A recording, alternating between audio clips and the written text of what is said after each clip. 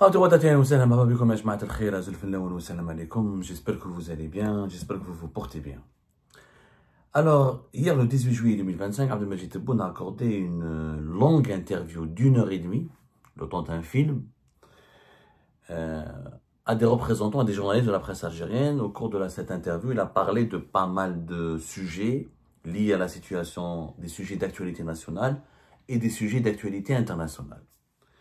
Malheureusement, ça devient une fâcheuse habitude. Abdelmajid Tebboune, je sais qu'il est un homme bien intentionné, je le sens. Il veut bien faire, il veut se défendre, il veut défendre les intérêts de l'Algérie, il veut avoir un bon bilan, il veut offrir à l'Algérie une stature et un prestige international. Il veut réussir sa mission en tant que chef d'État. Mais malheureusement, le fait qu'il utilise des fausses données, à chacune de ces interviews, il y a toujours il utilise des informations qui sont fausses. Des fake news, des fausses données, ou des informations qui sont imprécises, ou totalement fausses, ou totalement infondées. Pourquoi? Parce que les membres de son entourage, encore une fois, c'est conseillé, ça démontre ce qu'on dit depuis 5 ans.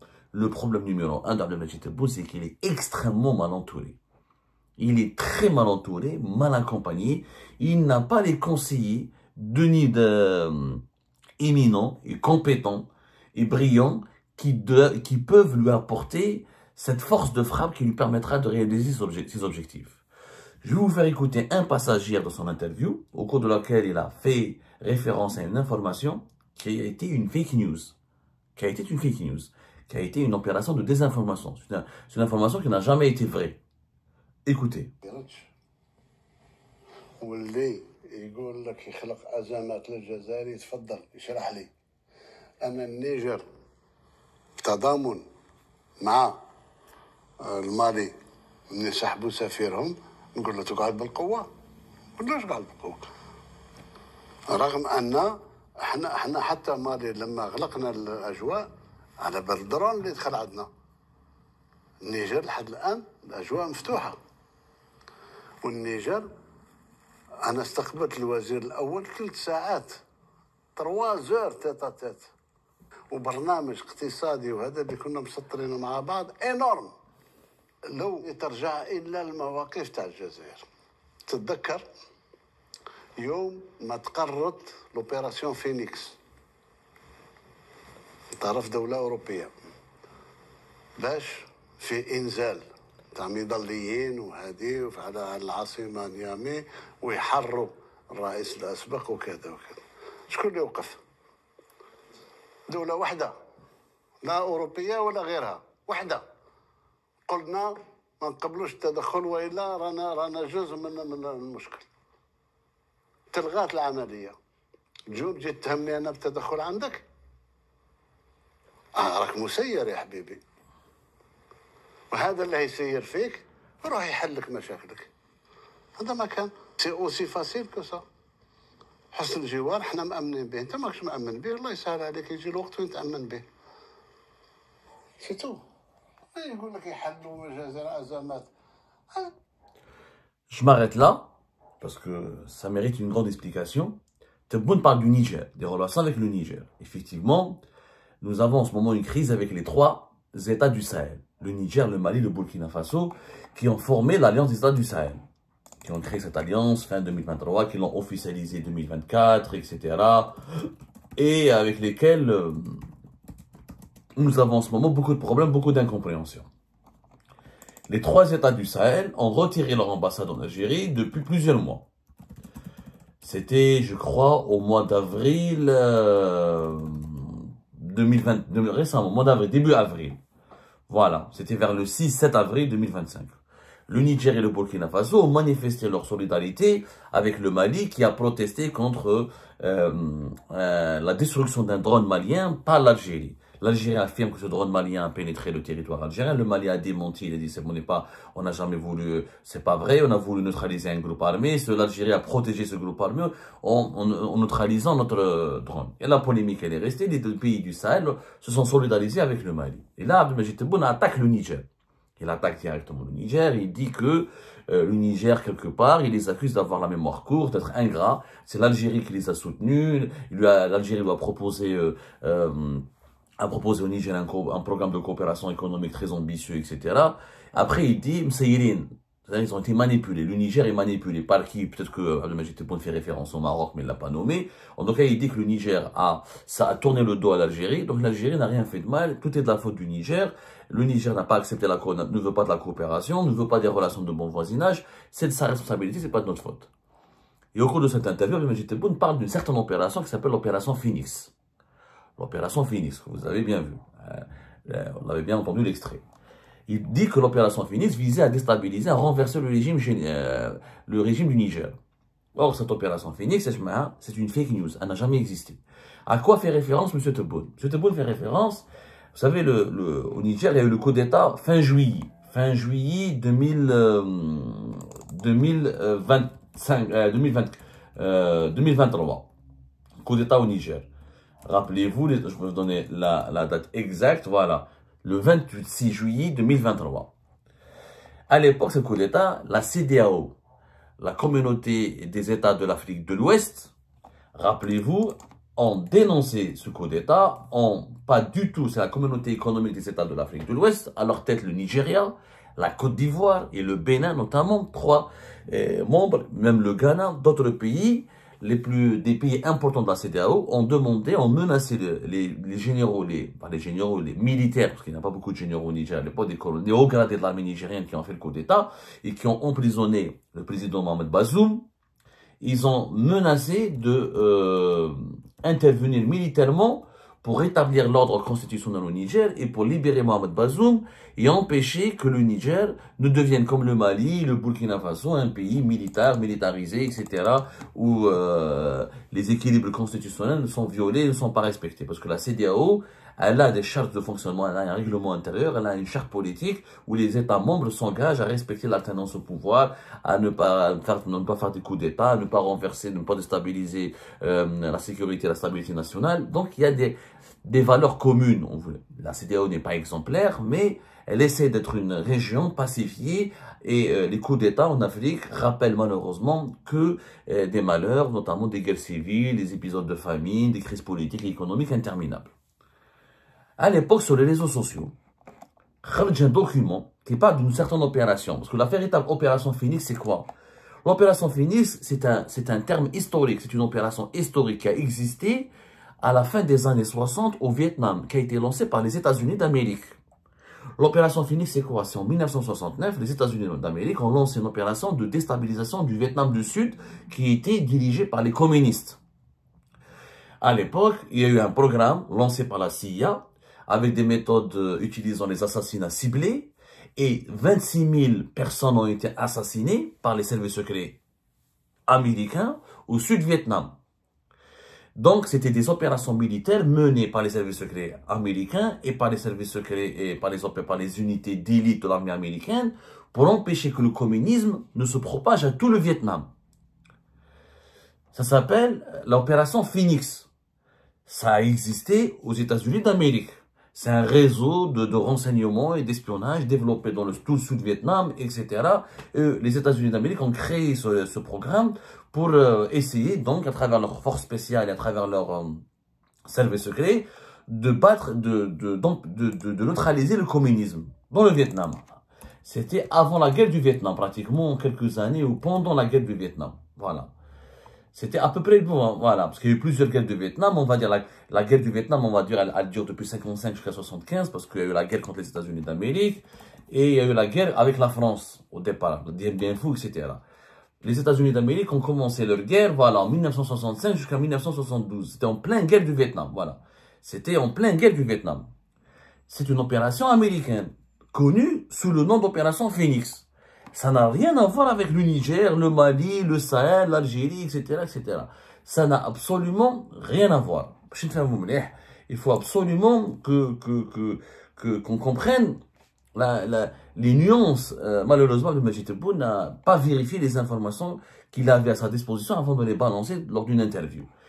En août 2023, fin août 2023, sur les réseaux sociaux, des influenceurs africains, notamment un Ivoirien, a fait propager un document, soi-disant classé secret défense, Et ce document avait été attribué à l'armée française, comme quoi l'armée française à l'époque se préparait à intervenir à Niamey pour déloger les militaires putschistes et pour rétablir le pouvoir du président qui a été renversé, Mohamed Bazoum.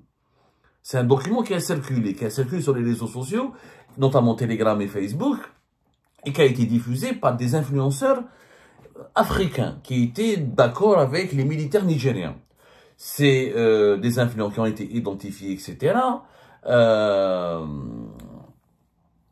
Et la rumeur s'est propagée. Elle a fait ravage sur les réseaux sociaux en Afrique. Et on a commencé à faire croire à l'opinion publique, aux opinions publiques des pays africains, que la France allait intervenir militairement pour renverser les militaires nigériens et pour faire la guerre à l'armée nigérienne. Sachant que la France avait déjà une base militaire sur place. Et les autorités nigériennes, enfin les putschistes nigériens à l'époque, ont été les premiers à avoir accusé l'armée française de vouloir préparer une opération militaire contre eux. Ensuite, la France, on lui a reproché, la France dès le départ, elle voulait une opération, elle voulait soutenir une opération menée par les armées africaines du Nigeria notamment, mais il s'avère que ce document qui a circulé sur les réseaux sociaux est tout simplement faux. L'AFP, vous pouvez lire l'AFP, elle a fait le 15 septembre 2023, elle a fait toute une dépêche, l'AFP c'est l'agence de presse française, elle est rattachée à l'État français, elle est financée et gérée en partie par l'État français. Elle a totalement démonté ce document, elle a analysé ce document. L'état-major des armées françaises, il a complètement démenti. C'est un document qui est faux, qui a été préfabriqué. C'est une fake news. Il n'a jamais existé. Il n'a jamais existé. Pierre Codelière, porte-parole du chef d'état-major des armées françaises, a dit à l'époque, ce n'est évidemment pas un ordre d'opération, l'armée française, c'est une grossière erreur, il s'agit de grossière manipulation. Tous les experts qui ont été français, qui ont été consultés par l'AFP, ils disent que c'est un faux grossier, c'est un document grossier, faux, complètement faux. C'est un document qui a été manipulé, il y a écrit mention secret défense, ou mention diffusion restreinte, tout ça, ça a été manipulé. Avec les Photoshop et l'intelligence artificielle aujourd'hui, vous savez, malheureusement, les fake news et la désinformation peuvent se banaliser, ils peuvent paraître, on confond entre la vraie et la bonne information parce qu'il y a malheureusement trop de manipulation. Or, à l'époque, des vérifications ont été lancées et les démentis ont été catégoriques. Il n'y a jamais eu d'ordre ou de préparatifs militaires français pour aller, comme disait Abdelmajid Tebboune, faire balancer des parachutistes sur Niamey et renverser les militaires. C'est complètement faux. C'est vraiment complètement faux. Ça a été démenti, etc., expliqué. Et les auteurs de cette fake news ont été identifiés, etc. Il s'avère que ce sont des influenceurs sur les réseaux sociaux. Des influenceurs sur les réseaux sociaux, ils peuvent dire n'importe quoi. L'essentiel, est-ce que cette information, elle est vraie ou pas? Cette information, elle n'est pas vraie. Elle n'est pas du tout vraie.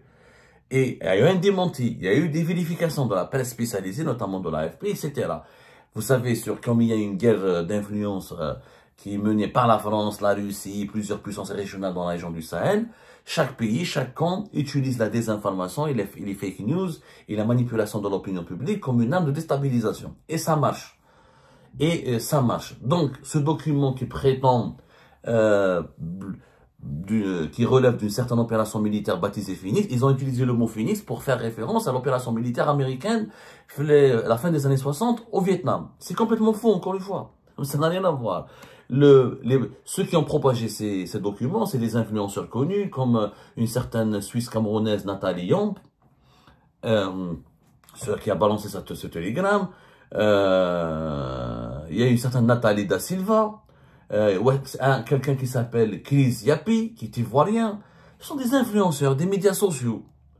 C'est pas des gens, c'est pas des sources crédibles. Là, malheureusement, Abdelmajid Tebboune s'est lourdement trompé. Au-delà de l'attaque très frontale contre le Niger, est-ce que le Niger il est téléguidé par une puissance étrangère contre l'Algérie? Ça, je crois que la diplomatie algérienne, l'Algérie a suffisamment de moyens pour le vérifier. On peut aller à la rencontre des Nigériens, et leur demander des explications, etc. Et leur demander voilà, ils semblent s'expliquer avec eux. Au-delà de la charge, les propos de Tebboune étaient assez durs à l'égard du Niger. Mais ça, ça engage sa responsabilité. Peut-être qu'il y a des choses contre le Niger et l'Algérie que nous ignorons. Mais en tout cas, Ce que dit Tebboune sur l'opération Phoenix, c'est complètement fou. La France n'a jamais voulu envoyer son armée toute seule et déloger les militaires. Il était question d'une opération militaire menée par les pays de la CEDEAO. Et ensuite, la CEDEAO, ils n'étaient pas d'accord entre eux. Le Togo n'était pas très d'accord. Le Ghana était méfiant. Donc, il n'y avait pas un accord. Le Nigeria et le Côte d'Ivoire étaient d'accord et le Bénin, mais les autres n'étaient pas très d'accord. Ils ont stoppé. Et au niveau de l'Union africaine, et l'Algérie, effectivement, avait dit non, ça va aggraver la situation. Il y a déjà une guerre au Mali. On ne va pas subir une autre guerre au Niger, etc. Il y a eu donc, la CEDEAO, ses ardeurs ont été calmées. Et l'option militaire a été écartée.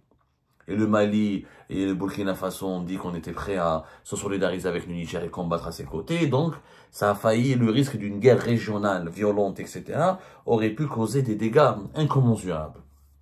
Incommensurables. Mais l'option militaire a été abandonnée. Mais cette opération Phoenix, c'est une fake news. Elle n'a jamais existé.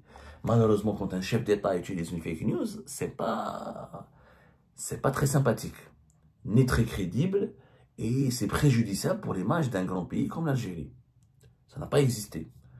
L'opération n'a pas existé. Elle a existé dans l'esprit des influenceurs africains qui ont utilisé un document, ils falsifié, ils l'ont diffusé sur Telegram, ensuite sur les réseaux sociaux, ils rajoutent des mentions, etc. C'était une grossière manipulation qui s'inscrivait dans les fameuses luttes d'influence lancées contre la France à l'époque pour la faire dégager des pays du Sahel. Donc bien sûr que les pays du Sahel ont le droit de ne pas vouloir totalement le droit que la France ne reste pas sur leur territoire, ça c'est leur droit absolu, mais recourir à des fake news, et après, la désinformation, les fake news, c'est un axe de guerre, c'est un outil de guerre aujourd'hui. La guerre de l'information est une guerre, est une forme de guerre réelle avec des dégâts qui peuvent être incommensurables. Là, Tebboune est tombé dans le piège. Il aurait dû, avec ses conseillers, vérifier tout cela avant de parler. Aujourd'hui, la vidéo est sortie, quand un président parle, c'est pas un journaliste ou un influenceur sur les réseaux sociaux ou un internaute, c'est un président, c'est un chef d'État. Il engage tout un pays. Il engage tout un État, il engage toute une population. Sa parole est censée valoir de l'or. Donc, le discrédit qui pourrait jeter sur l'Algérie, demain les adversaires de l'Algérie vont dire, le président David Messraf, il ne maîtrise pas ses dossiers. Et un président qui recourt à des fake news pour justifier telle ou telle position, c'est complètement faux. L'opération Phoenix, elle était aux États-Unis d'Amérique avec le Vietnam. Des internautes africains, des influenceurs l'ont utilisé pour dire que la France voulait renverser les militaires nigériens qui ont fait un coup d'État. C'était faux. Ce qui est malheureux, c'est pas la première fois que des fausses informations ou des informations imprécises, voire manipulées, falsifiées, soient utilisées par le président de la République. C'est extrêmement mauvais pour lui, c'est extrêmement préjudiciable pour l'Algérie, ça compromet sa crédibilité. On aurait aimé que les conseillers de Tebboune interviennent auprès de leur... Peut-être que c'est eux qui l'ont alimenté en fausses informations. C'est ça le problème. Parce que ni Jabhat Tebboune de l'information. Certainement, il a eu un rapport, quelque chose qui parle de cette opération Phoenix. Mais il s'appuie sur une source. Cette source l'a manipulé. Donc, il devrait sévir et contrôler ces sources et vraiment les écarter parce qu'ils sont en train d'induire en erreur. Induire en erreur le chef de l'État, c'est menacer les intérêts stratégiques de l'Algérie, jeter un discrédit sur l'Algérie et créer des problèmes pour l'Algérie. Et c'est un comportement extrêmement grave et répréhensible.